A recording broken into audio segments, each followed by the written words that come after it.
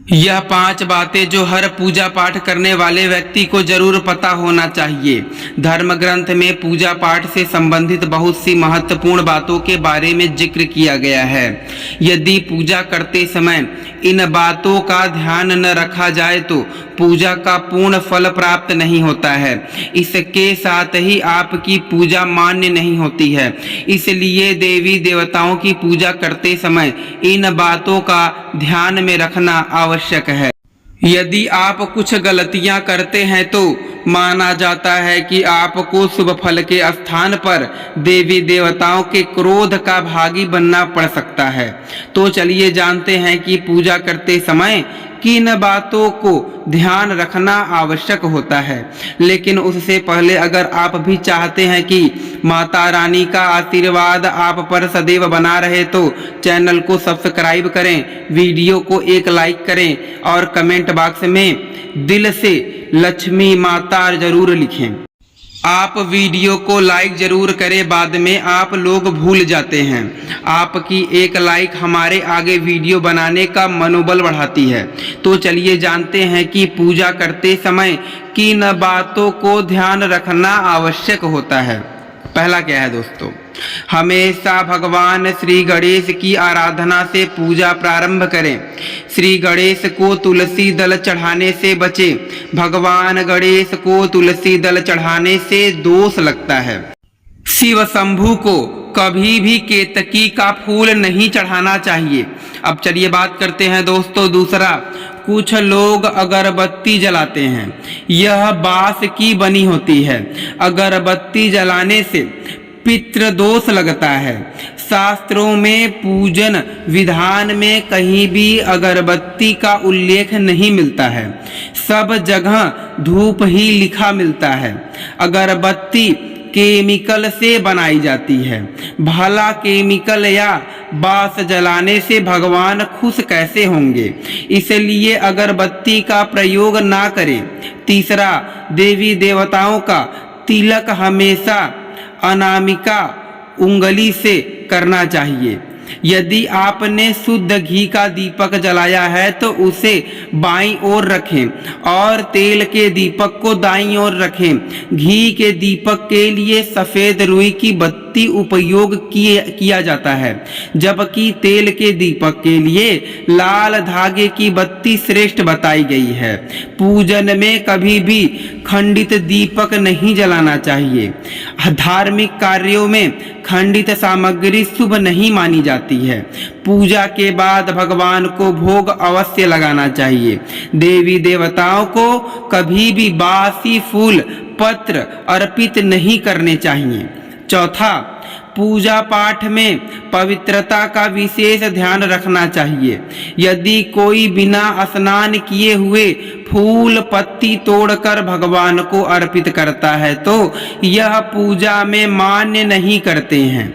तुलसी को कभी भूलकर भी बिना स्नान किए या फिर बिना हाथ धोए नहीं तोड़ना चाहिए।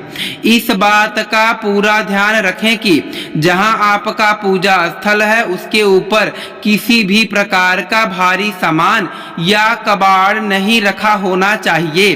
पांचवा, हिंदू सनातन धर्म में पंचदेव माने गए हैं। प्रतिदिन पूजा करते समय इन पंचदेवों का ध्यान अवश्य करना चाहिए, तभी आपको पूजा का पूर्ण फल प्राप्त होती है। सूर्य देव, श्री गणेश, माँ दुर्गा, भगवान शिव और भगवान विष्णु को पंचदेव कहा गया है। प्रतिदिन पंचदेवों की पूजा करने से आपके घर में शांति और समृद्धि बनी रहती है। छठवां, बिना नहाए पूजन करना या भगवान की वंदना करना भी अशुभ होता है। नहा धोकर साफ वस्त्र पहनकर ही पूजा करें। बहुत से लोगों की आदत होती है कि वह नहाकर बिना कपड़े पहने पूजा करने लग जाते हैं। ऐसा करना सही नहीं माना जाता। पूजन के दौरान धूप या अगरबत्ती जलाने के दौरान माचिस या अगरबत्ती की अग्नि को फूंक मारकर न बुझाएं। इन्हें हाथ से हवा करके बुझाएं। शंख आदि को बजाने के बाद उन्हें धोकर रखें। पूजा के कमरे में अशुद्ध वस्तुएं, बेकार का सामान, मदिरा, सूखे फूल, मृत व्यक्ति के चित्र लगाना भी अनिष्टकारी होता है। 7वां, जब भी आप पूजा कर रहे हो तो ध्यान में रखें कि आपका मुंह पश्चिम दिशा की ओर हो और मंदिर या भगवान का मुख पूर्व दिशा की ओर ही हो। इतना ही नहीं, देवी देवताओं की मूर्ति के सामने कभी भी पीठ कर नहीं बैठना चाहिए। 8वां, दीपक से दीपक को जलाने से प्राणी दरिद्र और रोगी होता है। दक्षिणाभिमुख दीपक को न रखें। देवी के बाएं और दाहिने दीपक रखें। दीपक से अगरबत्ती जलाना भी दरिद्रता का कारण होता है। दीपक को कभी भी जमीन पर रखकर प्रज्वलित न करें। ऐसा करने से धन की बर्बादी होती है और घर में अशुभता आती है। अब बात करते हैं दोस्तों 9वां, पूजा करते समय यदि गुरुदेव, ज्येष्ठ व्यक्ति या पूज्य व्यक्ति आ रहे हो तो उनको उठकर प्रणाम कर उनकी आज्ञा से शेष कर्म को समाप्त करें। 10वां, कमल को 5 रात, बिल्व पत्र को 10 रात और तुलसी को 11 रात बाद शुद्ध करके पूजन के कार्य में लिया जा सकता है। 11वां, शालिग्राम पर अक्षत नहीं चढ़ता। लाल रंग मिश्रित चावल चढ़ाया जा सकता है। हाथ में धारण किए गए पुष्प, तांबे के पात्र में चंदन और चर्म पत्र में गंगाजल अपवित्र हो जाते हैं। पिघला हुआ घी और पतला चंदन नहीं चढ़ाना चाहिए। 12वां, जहां अपूज्यों की पूजा होती है और विद्वानों का अनादर होता है, उस स्थान पर दुर्भिक्ष, मरण और भय उत्पन्न होता है। 13वां, सभी प्रकार की पूजा में चावल विशेष रूप से चढ़ाए जाते हैं। पूजन के लिए ऐसे चावल का उपयोग करना चाहिए जो अखंडित पूरे चावल हो, यानी टूटे हुए ना हो। चावल चढ़ाने से पहले इन्हें हल्दी से पीला करना बहुत शुभ माना गया है। इसके लिए थोड़े से पानी में हल्दी घोल लें और उस घोल में चावल को डुबोकर पीला किया जा सकता है।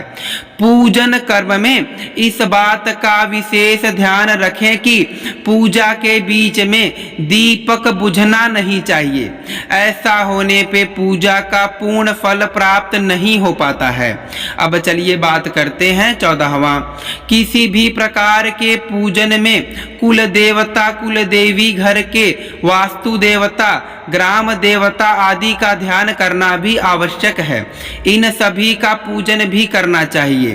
पूजन में हम जिस आसन पर बैठते हैं उसे पैरों से इधर उधर खिसकाना नहीं चाहिए। आसन को हाथों से ही खिसकाना चाहिए। 15वां, पूजा में गंदे कपड़े पहनकर ना बैठें।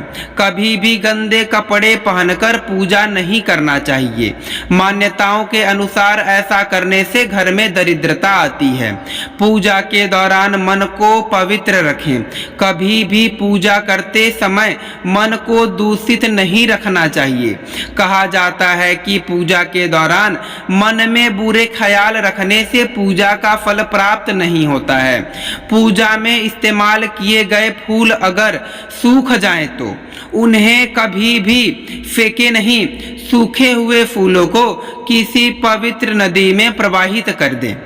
यह तमाम जानकारी जनरुचि को ध्यान में रखकर दी जा रही हैं। ज्योतिषी और धर्म के उपाय और सलाहों को अपनी आस्था पर, विश्वास पर आजमाएं। वीडियो का उद्देश्य मात्र आपको बेहतर सलाह देना है। इस संदर्भ में हम किसी भी प्रकार का कोई दावा नहीं करते हैं। दोस्तों, आज की हमारी वीडियो आपको कैसी लगी हमें कमेंट करके बताएं। अगर आपको हमारी वीडियो अच्छी लगी तो कमेंट बॉक्स में जय माँ लक्ष्मी जरूर लिखें। माता लक्ष्मी आप पर सदैव अपनी कृपा बनाए रखें। वीडियो के अंत तक बने रहने के लिए धन्यवाद।